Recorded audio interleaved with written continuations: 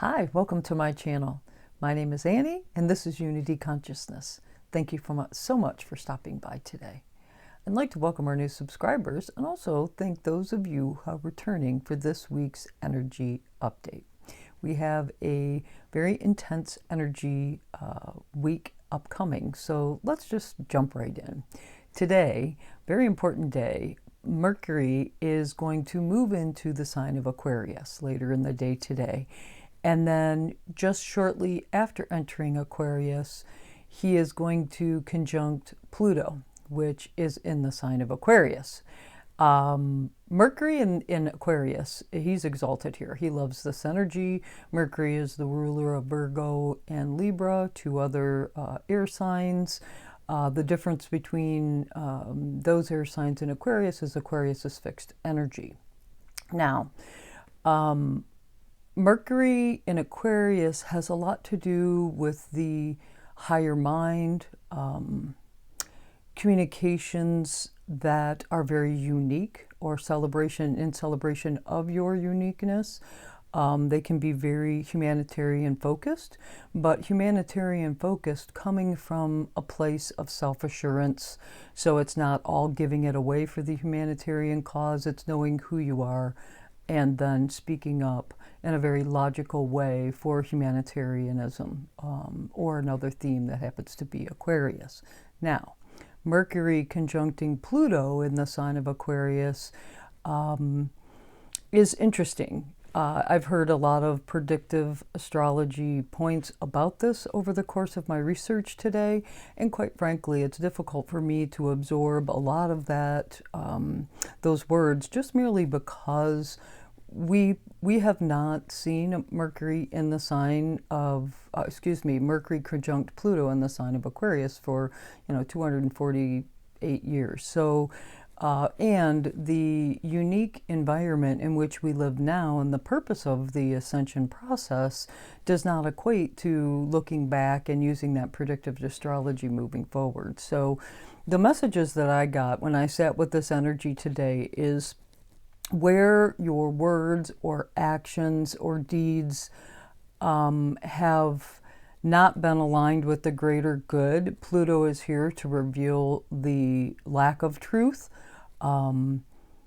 or the lack of purity with that mercurial energy, and what you align with the truth. There can be very painful truths revealed to you, or that you have to reveal to others. They can be very shocking and upsetting. That is very possible here, especially given that Pluto litmus test of truth and honesty, making sure that we're coming from a place of not trying to control a power dynamic with our actions or words. Just be aware of all of this. The good news here is, Aquarian energy allows us to come from a loving place and also kind of detach from outcomes. Just make sure, if you're the one that's having this conversation or receiving it, don't be aloof.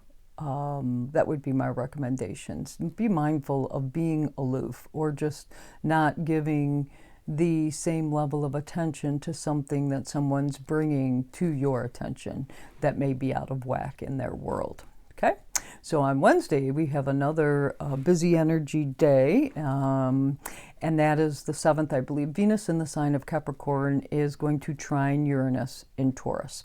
And this is really, it's great energy, fixed earth energy. It's going to feel really good. It's having fun, and just because it's Venus trine Uranus, there could be some out of the blue happy financial surprise, or a relationship that comes in out of nowhere that feels very grounding, and it just feels really, really good. You may want to change your style. also, because, you know, Venus in Capricorn is very, you know, aesthetically pleasing energy. You may want to, you know, get a haircut, buy something new for your wardrobe that just out of the blue, hey, I just want to do this, you know, feel free, go for it. Feel free, yes. But on that same day, Mars in the sign of Capricorn is going to sextile Neptune in Pisces. And yes, there's a pattern here. These planets, as they move through the sign of Capricorn, are first making a trine to Jupiter, and then a trine to Uranus, and then a sextile in the Pisces placements with Saturn and then with Neptune. So now we've got Mars in Capricorn is going to sextile Neptune, which is in the sign of Pisces. This is really empowering, action-based energy. It has the ability to truly heal. We've got Neptune in Pisces here and Mars in Capricorn, and Mars really does well in the sign of Capricorn, and we are embodying, we are using that Neptunian energy in the sign of Pisces, that watery, healthy, healing energy to our advantage. And where you have had hope and faith, it's now getting traction. We are now starting to gain traction. Mars is absolutely allowing you to have the passion to fulfill some of those things that you just had faith in or hope in, which is that Neptune and Pisces energy. Now, late in the day there, the sun, which is in the sign of Aquarius, is going to square Uranus. Be aware of that, because the very next day, the moon is going to join the sun, and that is what we call a new moon. We will be experiencing a new moon in the sign of Aquarius, ruled by Aquarius, and also squared by Aquarius. So this is can be very chaotic energy, can be very tumultuous energy. It is purposeful, however. There's a hint of rebellion and truth. You may make some very radical shifts during this time, especially with Uranus squaring this new moon in Aquarius. There's a lot of truth that may come out over the course of this week, especially when Mercury conjuncts Pluto, and maybe some of the truths that are coming out are going to be embodied at the time of this new moon, or decisions being made in directions being embodied that allow you to move in a direction that you need to go in. It's pivoting in a direction that's completely opposite of what you intended, or very, very different from what you intended. Set a new intention. It's a new moon. Use Aquarian themes to set that new intention, and this energy will be extremely powerful until the full moon that we have later in the month. So use this energy wisely, that's for sure. It's, you know, it does embrace your uniqueness, because Aquarian energy embraces your uniqueness. So if I can be so bold as to make a suggestion here, I would suggest embracing your uniqueness in whatever that new intention for this energy moving forward is. This new moon does sextile the North Node, which is conjunct Chiron. Love, love, love this energy. So whatever presents is moving you towards your greatest good, and also healing in the process. Man, I just love that. Then on Saturday of this week, we have Mercury, which is in the sign of Aquarius, is going to square Jupiter in the sign of Taurus. Yes, these planets move into Aquarius, they're going to start squaring the Taurian placements, right? So what does this mean? This communications or thoughts that just lack substance. There's not a lot to it. There's not a lot of follow through. It's pretty scattered energy, very indecisive energy as well. You don't have a lot to go on. There also could be a hint of loose lips sink ships. So if you can't back it up with fact-based thinking and reality, I would suggest that we probably shouldn't be discussing it anyway. So let's be mindful there, and watch for over exaggeration as well. That could be a theme. So observation is key. for sure.